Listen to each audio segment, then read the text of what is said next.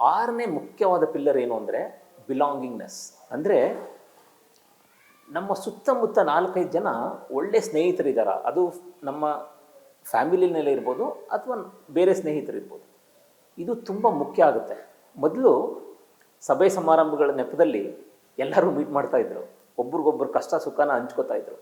ಈಗ ನಾವು ಸಭೆ ಸಮಾರಂಭಕ್ಕೆ ಹೋಗೋದು ಕೂಡ ಅರ್ಜೆಂಟಲ್ಲೇ ಹೋಗ್ತಾ ಇರ್ತೀವಿ.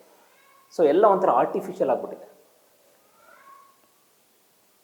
ಅಟ್ಲೀಸ್ಟು ನಿಮ್ಮ ಸುತ್ತಮುತ್ತ 3-4 ಜನ ಲೈಕ್ ಮೈಂಡೆಡ್ ಪೀಪಲ್ ಇದ್ದರೆ, ಅಂದರೆ ನೀವು ನಿಮ್ಮ ಖುಷಿನ ಅಥವಾ ದುಃಖನ ನೀವು ಅವ್ರ ಜೊತೆ ಹಂಚಿಕೊಳ್ಳೋ ಥರ ಸ್ನೇಹಿತರಿದ್ದರೆ ನಿಮ್ಮ 50% ಕಾಯಿಲೆ ಆಟೋಮೆಟಿಕ್ಕಾಗಿ ಅದಾಗಿದ್ದದೇ ಕಡಿಮೆ ಆಗ್ಬಿಡುತ್ತೆ.